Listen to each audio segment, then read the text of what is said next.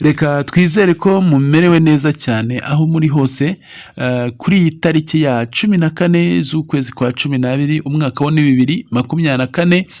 Yes, birumvikana nyine aho tugeze ni ku itariki iri kugenda ibura indi minsi 16 kugira ngo umunsi nyirizina uhera umwaka w'ukwezi kwa 12 tugende tuwugeramo. Birumvikana uku kwezi kwa 12 turi gukutinga down cyane, uvuga ngo umunsi umwe uvuyeho hasigaye uyu nguyu uvuyeho nawo hakozwe iki. Byumvikana ko rero uku ni ukwezi kuri mu minsi yihuta cyane, navuga ngo iri kwihuta cyane bitewe n'uko abantu bakwitezemo ibintu byinshi. Birumvikana ejo bundi ho twageze muri Merry Christmas, urumva nyuma ya Merry Christmas turajya muri Happy New Year. So hagati aho rero urumva harimo n'ibyishimo byo kuvuga ngo ese payo itubwiye irihe jambo. Yes, birumvikana rero ni ukwezi abantu bafitemo amatsiko, ni umwaka utaha nawe abantu bafitemo amatsiko bitewe n'icyo twokeje cyangwa se bitewe n'icyo turindiriye muri uyu mushinga wacu. Yes, igihe rero basuje ni Olivier Ndatimana, Head GCV Africa Ambassador nk'uko bisanzwe.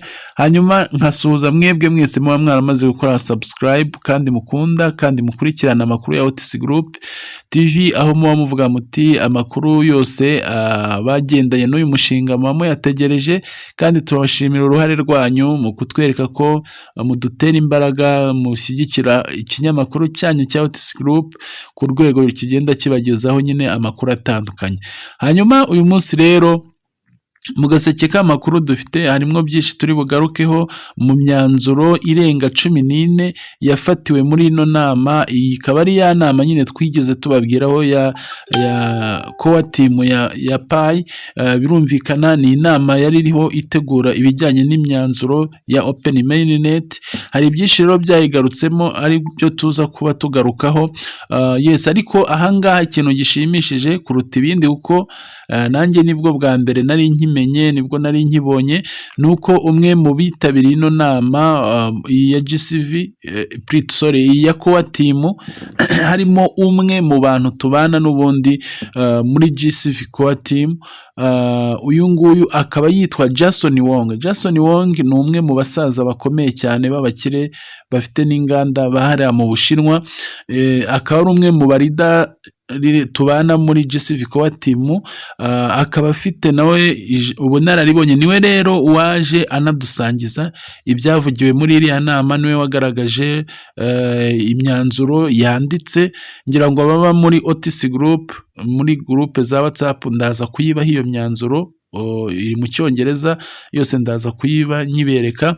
Yes, uyu nguyu rero niwe waje kuba aduha inkuru muri rusange yuko imyanzuro yafatiwe muri iriya nama. Uyu Jason Wong ngira ngo twamugarutseho kenshi, nawe muri cya gihe twahabwaga ariya certificate ya Global GCV Ambassador, nawe ari mu ba top leaders ba Global GCV Ambassador. Nawe twaje kuba tugaragaza certificate yiwe. Akaba ari umwe rero mu bantu bavuga ari kijyana nawe kandi ufite ibikorwa bikomeye. Birumvikana kugeza uyu munsi kuba muri iriya nama ntabwo ari ibintu biba ari iby'umuntu uwo ari we wese ubonetse wese. Nk'uko bisanzwe iriya core team ya PAI ibamwo n'ubundi igizwe n'abantu 22, ariko birashoboka ko hari abandi batumirwa bakeya cyangwa se abandi bantu bake bari batumiyemo b'abafatanyabikorwa. Byumvikana ko aho tugeze ni heza cyane, kuko iyo hariho hafatwa ibyemezo nk'ibi hagakorwa inama nk'izi, ni igisobanuro cy'uko ibintu biba byamaze guhindura isura cyangwa se ibintu biba bigeze ahandi hantu haryoshye hafite igisobanuro. Hanyuma kuko umwanya wo numva ushobora kumbana muto, ntabwo ibyavuzwe muri iyo myanzuro byose ndi bubivuge hano, ariko ababa muri groupe ya Otis Group ndaza kubaha iyo liste y'iyo myanzuro. Ndatekereza muri uyibone mukabyisomera ibyinshi kuko byaratangajwe n'ubundi kandi birahari. Yes, birumvikana rero mu myanzuro myinshi yafashwe ntago yose mu by'ukuri twayivuga, ni myinshi cyane, ariko reka tugende tugaruka ku ncamake gusa. Icya mbere, iyi nama yahuye yari ifite intego nyine yo gusuzumira hamwe ishyirwa mu bikorwa rya Open Mainnet ndetse no kureba ibyakozwe. Mu bintu rero byinshi cyane byibanzweho cyangwa ingingo nyinshi nyamukuru zagiye zigarukwaho nk'uko bigaragara muri iryo tangazo ryashyizwe hanze, hagaragara ko hibanzwe cyane ku kuvuga ku Open Mainnet uko iteguwe, ariko banagaruka cyane kuri porogaramu. Icya mbere, bongeye kugaragaza ko hari ibihugu byitabiriye gukoresha awareness cyangwa se gushyira mu bikorwa uburyo bwo kumenyekanisha agaciro ka payi no kuyishyigikira binyuze kuri GCV. Ikindi cya kabiri, bagarutse cyane ku ruhare rwa GCV. Hahandi GCV rero tuyivuga abantu bakavuga ngo ni ayacu, ngo nta n'izabaho, ngo ntibishoboka. Mu by'ukuri GCV irashoboka ku rwego rwavuzwe rw'ibihumbi 300. Nubwo kugeza n'uyu munsi tuzabyemera nyine byabaye itegeko byashyizwe mu bikorwa, ariko byibuze hari icyizere kingana na 95% cy'uko iyi GCV igomba gushyirwa mu ngiro nk'uko bigaragara mu myanzuro myinshi yari ayivuzwe cyangwa yavuzwe. Ni ukuvuga ngo hagaragaye amakuru avuga yuko byibuze ibihugu nka Indonesia, Malaysia na Philippines nibyo bihugu byagize uruhare runini cyane mu kudrivinga igiciro cya GCV, aho byagiye bigaragaza ko byo byahaye agaciro cyane payi, bikaba rero biri no mu bihugu bizoroherezwa mbere na mbere muri Open Mainnet. Ni ukuvuga ngo Open Mainnet nayo ishobora no kuzagenda igendeye ku mazone, uburyo bazagenda bayifungura, hanyuma kandi bikagaragara ko abarenga byibuze 78% nabo bamaze gusobanukirwa agaciro ka payi ndetse no kumenya agaciro ka payi kagendeye kuri GCV. Ikindi bagarutseho cyane ni ukwibutsa ko abantu batigeze bakora KYC barahawe amahirwe yo kuyakora. Icyo gihe nta yindi chance n'imwe ihari, izira konti zizahita zisibwa, zizatabwa. Ni ukuvuga ngo payi ziriho zizaba zihombye burundu, nta kundi kubigarukaho. Hanyuma ikindi bagarutseho cyane ni ibijyanye n'abantu nabo bagiye bagira amakonte yakoze ubucuruzi butemewe, black market. Bavuze ko ayo makonte nayo ari mu makonte ashobora byanze bikunze kuzahabwa ibihano mbere cyangwa na nyuma ya Open Mainnet. Ibyo nabyo babigarutseho. Ikindi bagarutseho ni ku mutekano wa payi, aho bavuze ko kuba byonyine uyu munsi muri miliyoni 60 z'abagize payi, miliyoni 10 gusa kuba arizo zahawe KYC zigiye kuhabwa Mainnet, ari ikigaragaza umutekano wa payi mu buryo itazatakaza agaciro. Kandi noneho birumvikana abandi nabo bazagenda babaha KYC nyuma, ariko mu ntangiriro bagaragaje ko izo miliyoni 10 arizo zizatangirwamo payi. Kandi izo miliyoni 10 nazo barongera bagaragaza uruhare rwo kuvuga yuko muri izo miliyoni 10, 80% by'ababonye izo payi nabo byibuze 80% bakoze lock up y'imyaka 3. Bivuga ngo nubwo izo miliyoni 10 nazo zabonye izo KYC, ariko payi hafi ya bose barukinze igihe kirekire kingana n'imyaka 3. Bivuze ngo iyo nayo n'indi security yo gufungura Open Mainnet ku buryo payi ziza zifite agaciro, nta muntu uri buzambura agaciro. Hanyuma ikindi cyagarutsweho ni uko bavuze ko GCV y'ibihumbi 314 ariyo yamaze gutsindira kugaragara muri systeme ya blockchain, akaba ari ikintu gishimangira ko agaciro ka payi gashobora guhabwa payi mu gihe cyo ku isoko ari 314 kandi ndetse bikaba biri stable, bikazaba ari igiciro kiri stable kizakomeza kugenderwaho mu buryo bw'ubucuruzi. Rero aho ngaho birumvikana ko iyi myanzuro ni myinshi cyane, ndaje nyibahe muri groupe ya Otis Group, abayibamo murayihasanga. Rero birumvikana ko iyi myanzuro ni myinshi cyane, ntago yose ngiye kuyirangiza, ariko birumvikana ko hari amakuru nyine agaragaza uruhare rw'uko imvune zose, akazi kose gakorwa cyakakozwe n'abapayoniya na payi community atari imfabusa, cyane cyane uruhare rw'abapayoniyazi bagiye bagaragara mu gushyigikira GCV cyangwa se n'ibi bikorwa byose dukora bya organization ya GCV ku rwego rw'isi, ku rwego mpuzamahanga. Birumvikana ni ibikorwa nk'uko mu kiganiro cy'ubushize nabigarutseho, ntago duhamba imbwa iyo dukora aka kazi tw'ubwitange, cyane cyane ko organizinga ibi bikorwa byose bya GCV. Ngira ngo uburyo turi kubyubaka, uburyo twabihaye umurongo mu bihugu bitandukanye, izi ni imbaraga zose zihuriwe hamwe kandi zifite icyo zisobanuye kandi zirimo ubwitange, ndetse kandi zifite aho zihuriye cyane no kugira ngo uyu mushinga wacu ugende unoga. Rero nge byanshimishije mbonye uburyo GCV ivugwa cyane mu myanzuro yabo, byanyeretse ko hari GCV koko ko timu iyiha agaciro kandi koko irakayiha bitewe n'uko amakuru yose yagiye anyura no muri systeme zabo, muri blockchain usangamo amakuru menshi. Yes, rero reka tugaruke no ku yandi makuru tubona hano twabateguriye. Iby'iyo myanzuro y'inama byo ni byinshi kandi byiza, binejeje umutima, binejeje amatwi kubyumva. Hanyuma twizera ko gusa abari muri Otis Group muraza kuba mubona iyo nkuru irambuye mu byisomere. Hanyuma tugarutse ku yandi makuru hano, icya mbere nyine nk'uko twabivugaga, isi yose icyo yiteguye kandi hanze y'amaso nicyo bita open mainnet ya payi, ndetse aho rwose byanze bikunze mu minsi iri imbere nk'uko nabivugaga, ugomba kuzajya ugera ahantu hose byibuze ugasanga baravuze ngo pay with payi, pay with payi, ducuruza iki kintu pay with payi, dutanga serivisi muri iki kintu pay with payi. So ubwo ibyo ni bimwe mu bigaragara ko agaciro ka payi rero kazahita kaba nk'indirimbo ahantu hose, cyangwa se umuntu uzi icyo ashaka in future azaba ateganya ko yakwishyurwa no muri payi, kuko payi izaba ari urwego rutuma ubona serivisi nziza kandi zihuse, ndetse kandi ukabona ukagenda ubona agaciro k'aya mafaranga mu nzira zose. Yes, rero ikindi kigenda kivugwa hano nuko muri open mainnet yenda kuba, cyangwa se isi yose yiteze, ni nuko payi izaza ifite agaciro n'ubundi byanze bikunze karuta ka Bitcoin, nk'uko bigenda bigaragara mu nzira nyinshi. Wenda reka twifashishe ahangaha iyi node, iyi map ya nodes nk'uko yagiye igaragazwa hano. Bagaragaza ko node ya payi ifite 245,941.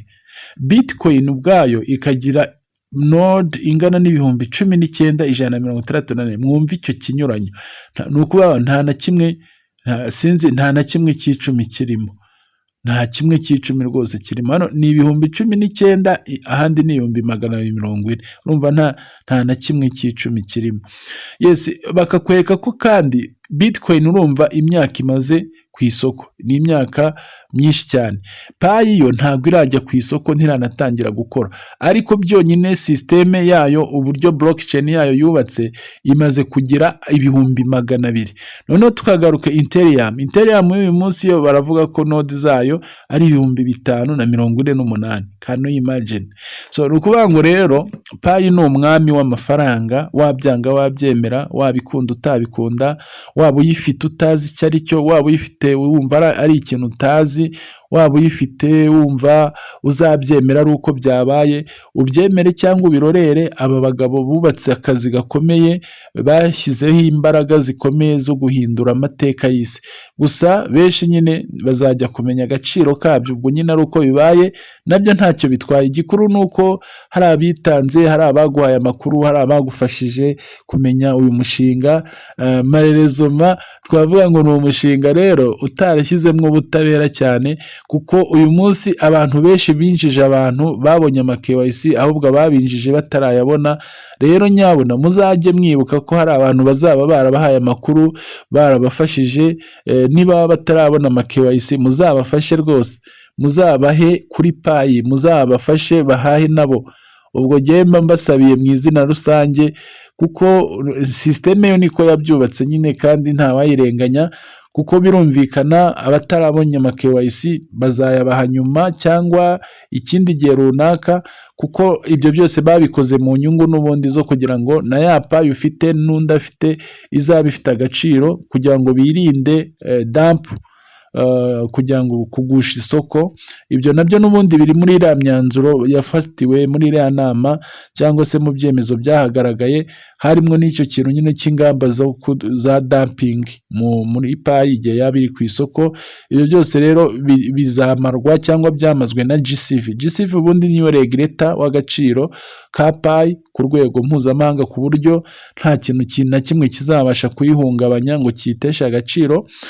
Birumvikana rero, narabivuze mu kiganiro cy'ejo, narababwiye ngo uyu munsi Bitcoin nubwo yabaye ibihumbi 100 ikaba ifitwe n'abantu bake, ariko kugira ngo ibe decentralize bigiye kunyura kuri payi, kuko umuntu pioneer wese uzi agaciro ka crypto ashobora kuzisanga agura n'amandi ma crypto arimo na Bitcoin. So urumva rero Bitcoin nayo izahita igira agaciro karenza ko yari ifite, ndetse izabura nayo ibe nkeya igire n'agaciro. Urumva ko ishobora nayo kuzisanga n'ibihumbi 200 bigezemo, kandi urumva nicyo nyine niyo target bafite. Kandi wibuke ko aba batubwira ibi ba developer ba payi n'ubundi nibo batunze na Bitcoin, kuko ntabwo ari ibintu by'abantu baciriritse badafite ubumenyi muri ibi bintu, badasanzwe n'ubundi ari abantu baba expert muri byo. Ni ukuvuga ngo na za Bitcoin barazitunze.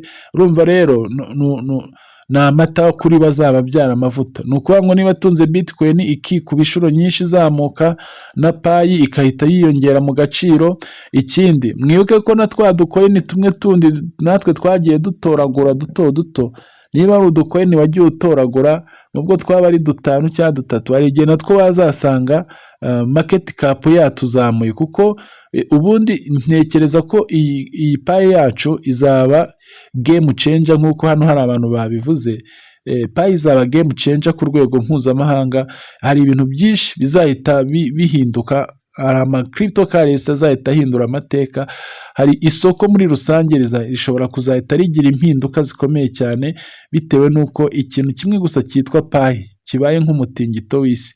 So bivuze ngo rero uyu munsi kwitwararika kuri payi zawe nicyo gisobanuro twabahaye, niyo nyigisho ikomeye buri gihe tugarukaho, kubabwira ngo payi uzashiduka gakeya uyibure.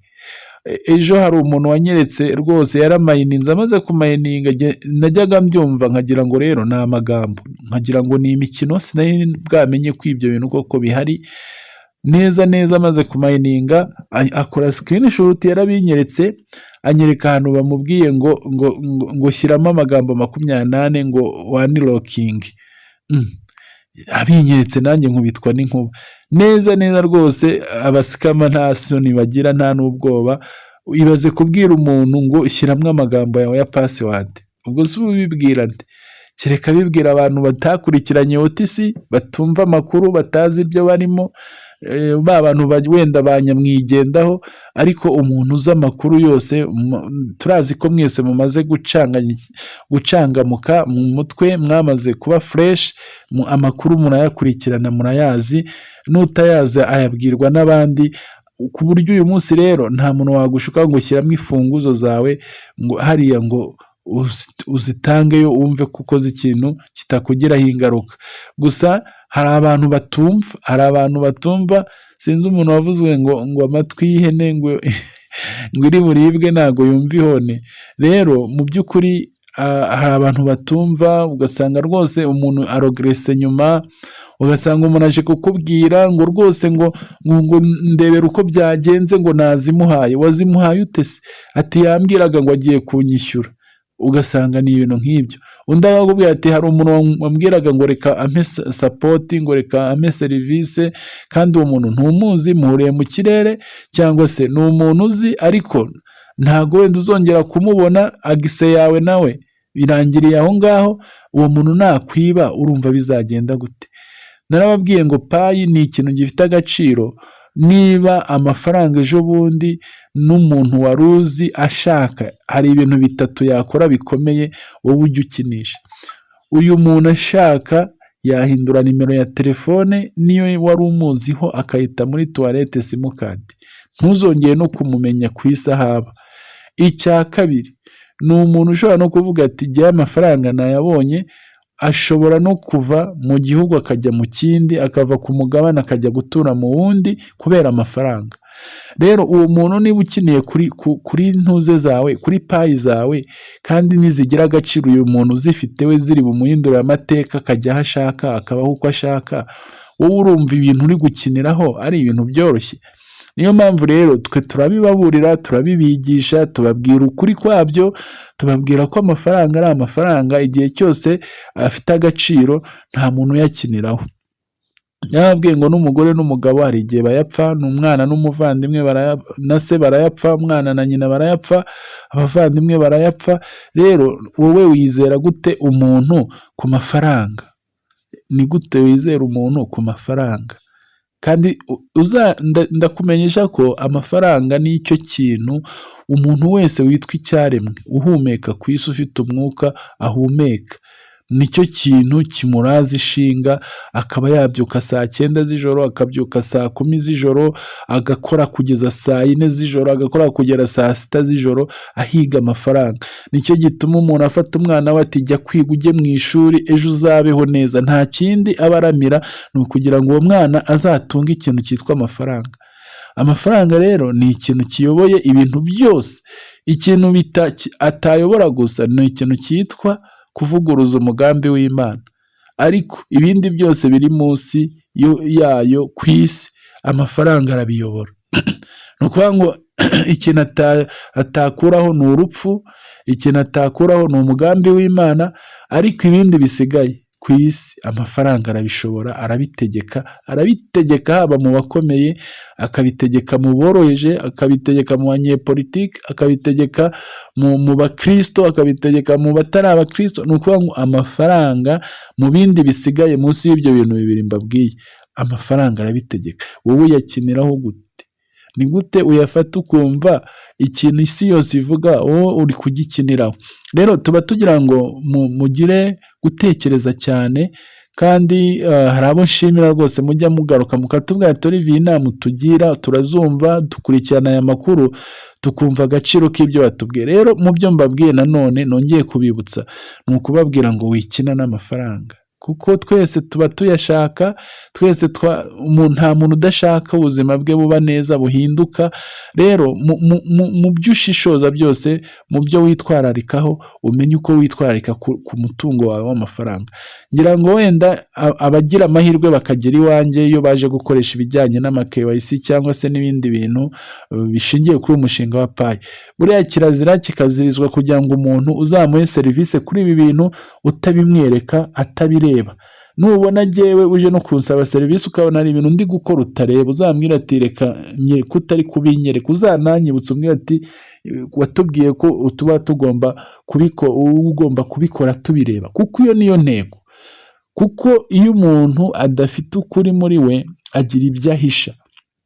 Rero twe ntabyo tubahisha, tuba dushaka ahubwo musobanukirwe, mwige, mumenye agaciro k'ibyo mufite, ejo n'ejo bundi ube waniga no kubyikorera, kuko amafaranga ni umuntu ku giti cyiwe. Jyewe wenda nabagirira umumaro, nibicamo neza, nimba ntarabona na KYC, wenda sinzabura baza banshimire cyangwa bambwira ati Olivier warakoze, ariko jyewe serivisi nziza, buri kimwe cyose ngomba kugukorera, cyane cyane ko mbifite no mu nshingano zo kuba ndi head GCV ambassador, kandi nkaba umupayoniya usanzwe ariko witanze, wanatanze amakuru menshi. Byumvikana ko rero gushyigikira intego z'uko umupayoniya wese azagera ku byiza ndabyumva cyane kandi ndabisobanukiwe. Hanyuma rero reka tugaruke n'ubundi ku makuru yacu. N'ubundi birumvikana ibya payi wabivuga byo ntiyabirangiza. Twizera gusa ko buri wese aba yumva icyo tumubwiye, aba yumva agaciro k'ibyo afite. Ikindi njyewe nkunda umuntu uha ikintu agaciro, buriya n'uhapaye agaciro nanjye nzamenya ko ubwawe nawe wihaye agaciro, kuko iyo paye utayihaye agaciro ubwo nawe kwiha agaciro biba byakunaniye. So rero iyo ushaka, n'umunyarwanda avuze ngo iyo ushaka inka uryama nkayo, sinzi ariko ntago uwo mugani barawukosoye, uwo baravuze ngo iyo ushaka inka ushaka amafaranga ntabwo bakivuga ngo uryama nkayo, bavuga ngo iyo ushaka inka ushaka amafaranga yo kuyigura. Rero nuko bimeze, payi niba uyishaka ugomba nawe gushyiramo imbaraga z'ibituma byose umanaginga, cyangwa iyo konti yawe iba mu mutekano wuzuye. Yes, dukomeje rero n'amakuru yacu yihuta, ahangaha n'ubundi nk'uko twari twabivuzeho, bagaragaje kugereranya hagati y'amafaranga yitwa Bitcoin n'amafaranga yitwa Pi Network yenda kuza ku isoko. Aha rero bagaragaza ko Bitcoin ubwayo yabayeho nayo ari umushinga, ari amafaranga bifuzaga ko isi yose imenya kandi ikayikoresha, ariko biza kugaragara ko mu buryo Bitcoin yaje hari ibintu bibiri yafeirinzeho. Icya mbere yafeirinze kuri identification, icya kabiri ifeiringa kuri ownership. Ni ukuvuga ngo Bitcoin yaje nk'ikintu kidafite responsable, yaje bavuga ngo niyo umuntu wiyita ngo Nakamoto, Satoshi Nakamoto, ni ukuvuga ngo ni umuntu wabyiyise, ntago yashatse kumenyekana, nta muntu umuzi. Kuvuga ngo ikintu kidafite umuntu kibazwa, ikintu kidafite umuntu ukizi, bari bukizere gute? Ese ari leta, ari uruhare rw'undi uwo ari we wese, ni hehe bazabaza icyo kintu kiri mu kirere kitazi, kiyoboye isi, gifite agaciro gakomeye, ariko nta ownership ihari, nta nyiracyo uhari, nta identity ihari y'umuntu ngo bamenye ngo ni ibintu bya runaka. So aho rero bakabijyanariza bavuga ko Bitcoin mu makosa yakomeye aremereye yatumye nyine itakarizwa icyizere, wenda abantu benshi ntibanayimenye. Harimo n'icyo kintu cy'uko yaje ku isoko idafite ibyo bintu bibiri, ariko nanone bakongera bakayigeranya na Pi Network. Pi Network y'uyu munsi barakubwira bati yo ifite ubuyobozi, ifite head master, ifite head technology wayo ariwe Dr. Nicholas, ifite head of product ariwe Dr. Madame Fanny. Ni ukuvuga ngo abo ubwabo ni abantu bafite reconnaissance mu bijyanye n'ubumenyi bw'ikoranabuhanga muri computer science. Ni abantu bafite CV zizwi, ni abantu bafite background nziza, bafite reputation nziza, bafite amateka akomeye, ni abantu b'injijuke, ni abantu bafite popularité nini cyane ku isi, bafite abantu bigishije, bafite izina, bafite CV ziremereye ku rwego rwo gukora umushinga nk'uyu. Mu by'ukuri biroroshye kuri bo, cyane cyane ko bafite amateka aba ari ikinga cyane, n'ibindi bikorwa biremereye baba barakoze birimo nyine kubaka amatekinoloji n'ubundi akomeye.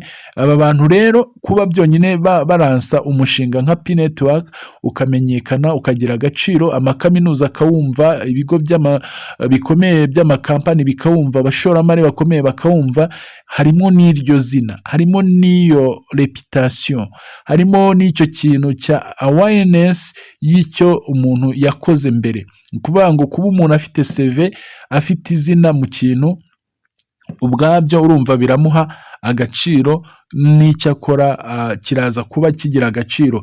Dr. Nicholas rero bakumujyanya na Bitcoin ownership, usanga ko nta hantu byahurira, kuko we arahari, aranagaragara, aravuga, arakora, kandi amakuru yose y'umushinga bigaragara ko ntabwo arimo wenyine, ahubwo afite n'abari inyuma y'amarido kandi bafite izina, yaba ari muri politiki cyangwa mu bukungu cyangwa mu bucuruzi, birumvikana. Yes, rero ibyo bikaba ari ibikomeje kuvugwa cyane ko umushinga wa Pi Network uteguye neza. Hanyuma ikindi kigenda gikomeza kugarukwa nk'uko twabibabwiye, ni icyo bita hano, murareba hano ibumoso hasi hari akantu karimo kavuga ngo safe back account linka. Wenda ni inkuru twagabanyije kubera kugira ngo amakuru menshi ajyemo hano, ariko mu bintu tuba twabasomeye ni uko hano mu bigaragara Pi Network yamaze kuba yubakirwa systeme byanze bikunze iyigira kuba banki, iyigira kuba banki, ku buryo umuntu uyifite nk'uko twagiye tubigarukaho, twabwiye ko izaba ari mobile banki. ni ukuvuga ngo ni banki yawe ugendana kandi izaba iri sisiteme ku rwego mpuzamahanga kandi izisanisha na banki yawe.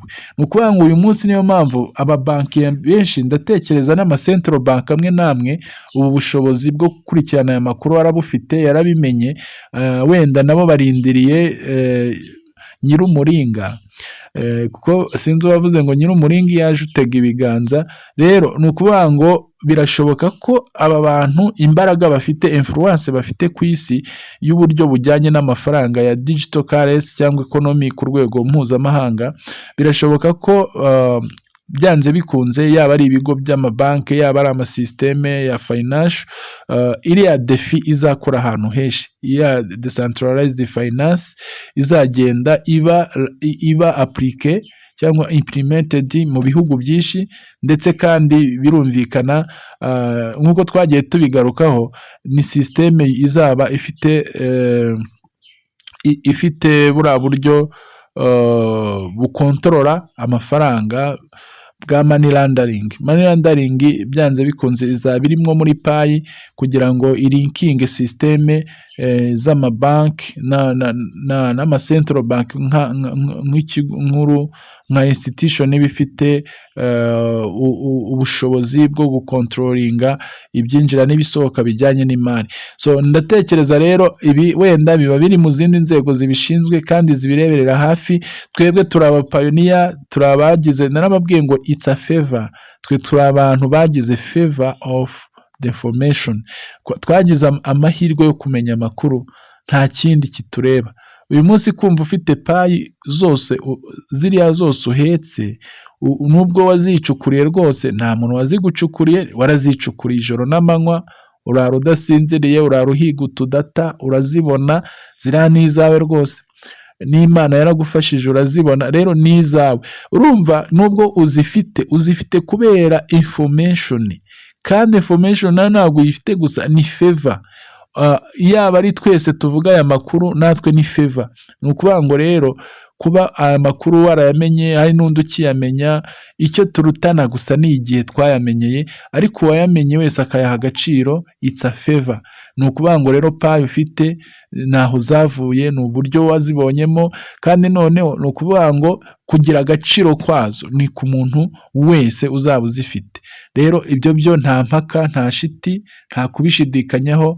Umuntu ufite payi we wese afite iyo favor, afite ayo mahirwe yo kubona ibyiza byinshi bizaba biyikubiyemo. Hanyuma hano hari isoko rikomeza kwiyamamaza ryitwa OKX Exchange, rivuga yuko naryo riri mu ba mbere zishaka kuzakoresha Pi network. Ariko ndeka mbabwize ukuri, hari amasoko amwe n'amwe jyewe ntazapfa kwinjiramo ngo nuko yiswe ama exchange ya Pi, bitewe ko hari ama exchange agira ibyo bita ama extra charges. Hari n'amasoko agira ibintu byo gushaka wenda kuzaba promote binyuze kuri Pi, ariko wenda nk'isoko rizwi kandi rikora neza rya mbere ni isoko rya Binance, ariko n'andi azaza, kuko uyu munsi amasoko ama exchange ni menshi cyane, ariko icyo ntaraha umutima cyane ni ukumva ko Pi izaza ikinjira mu ma exchange gutyo gusa. Aya ma exchange ashobora wenda kwiyamamaza no gukora publicité za Pi, ariko Pi nkurikije ko ibintu iteguyemo, nkurikije usability and utility yabyo narabibabwiye, kugira ngo ujye kuyibona mu ma exchange bishobora kuzagoranaho gake, kuko abantu ntago bazaba bafite systeme yo guhahisha Pi mu buryo busanzwe, n'ubundi birirwe bajya hariya. Noneho hari na systeme z'amabanki. Urumva hari ibintu byinshi bizarwanira ku gaciro ka Pi, ariko nabyo nibiza it's okay, bizaba ari za nyungu zose zikomeje zigana umuntu wa mininze, zikomeje zigana umuntu ufite Pi. Ese bavugwa rero ko uyu mwaka wa 2025 ari umwaka ugomba guhira abantu benshi, kubonamo ni umwaka uri blessing ku bantu benshi. Wa mugani ni harya babyita ngo iki, iyo bashaka kuvuga ngo ikintu cyujuje imyaka 25, ubwo ni nka yubire, urumva umwaka w'ibihumbi 2025 iyo 25 urumva ni nk'igice cya yubile cyane hafi yubile. Uko biri kose reka twizeremo icyiza, twizeremo ikintu kirimo amakuru meza. Ab'isi yanize, ab'isi yambaye uburenganzira, ab'isi yababaje, reka twizere ko uriya mwaka ari igihe Imana yawuduheramo indi feva twese, kandi nicyo tubifuriza, nicyo namwe duharanira ko mwabona. Niyo mpamvu tubyuka ibi bicuku tukabaha aya makuru, tukabyuka saa 9, tukabyuka saa 10, tugasoma, tugahiga amakuru, tukayegeranya, tukayabazanira. Rero turabizi ko ntago duhamba imbwa, namwe duhaye amakuru tugenda tubona inyungu zabyo. Niyo duhuye mukavuga Olivier komera, ni ukuba wibuka ko impamvu mbwiye ngo nkomere ni uko hari icyo nakubwiye cyiza, ni uko hari amakuru y'agaciro naguhaye. Yes, rero ibyo nibyo twese bidukomeje muri uyu mushinga wacu, kandi kugenda twubakana biri ngombwa cyane. Hano rero tugenda tugana ku musozo, n'ubundi twongeye kubibutsa ikibita ipatante yahawe Pi Network. Ahangaha urabona ko yatanzwe na United States of America muri department ishinzwe n'ubundi iby'ubucuruzi. Hari wenda sinzi niba muri byisomere byose, ariko icyo tubibutsa gusa nuko Pi ari umushinga ufite document, ni umushinga ufite ibyangombwa, ni umushinga uri recognized ku rwego mpuzamahanga, ni umushinga witeguye guhindura amateka y'abantu benshi ku isi, kandi binyuze mu buryo bw'ubucuruzi busanzwe, mu makuru asanzwe. Ntihazagire rero ugenda kumvisha ko ibi bintu ari ibintu by'ibitoragurano, ibintu biri aho. Ni umushinga my friend. Niba unashidikanya, ushidikanya ujye umubwira rimwe, ubwa kabiri umwihorere, igihe kizamusobanurira we wagiye. Ntabwo ari ngombwa uyu munsi ngo wirirwe usakuza uvuge byinshi, igihe ubwacyo kizavuga. Turabakunda rero, amakuru yaba ari menshi, ariko reka twizere ko n'ubundi muri busome iriya myanzuro nk'uko twabibasezeranyije mu nkuru yacu dutangira. Hanyuma tuba tukikwinginga ngo wowe utarakora subscribe, ukurikirana amakuru ya OTC, kudukorera subscribe, gusharinga ibiganiro byacu, iba ari umusanzu wawe. Niba uba wumva ari ibiganiro byiza bikubaka, uba ushobora no gutuma abandi batumenya, bakamenya OTC Group. Kandi hari abagiye baduha ibyifuzo ngo yuko bifuza ko tuzajya tubazanira inkuru z'amashusho. Rero tuba tukibitekereza, bisaba ubushobozi, ntabwo ari ibintu byoroshye. Urumva bisaba kamera, kugira ngo ubone kamera nonaha bije yabyo ntago yoroshye. Kandi nubwo channels mubona tuzikora tuzubaka gutya, ntago nazo ari ikintu kiguha amafaranga gutyo ngo uvuge ngo wayabonye ngo ujanyemo igishoro. Ariko ibyo byose mu byifuzo byanyu, dukunda inama zanyu, ibitekerezo muduha, namwe tuzagenda tugerageza kubihuza n'ibyifuzo byanyu, kuko nimwe dukorera. Mwabaye inshuti zacu, muradukunda, natwe turabakunda. Ngira ngo kwagura community ya OTC Group nabyo turabiharanira kandi turabyifuza. Turabizeza ko mu minsi iri imbere rero Imana nibidufashamo ikaduha uburyo neza, biri muri porogaramu dufite, kugira ngo tujye tubatumira n'abatumirwa baze mubahe ibiganiro, babaganirize aya makuru mbaha nka Olivier. Ndizera ko mwumvise n'abandi bafite ubunararibonye, bafite expertise zitandukanye, bizarushaho kuba byiza kugira ngo tugende tuganira, twungurana ubumenyi.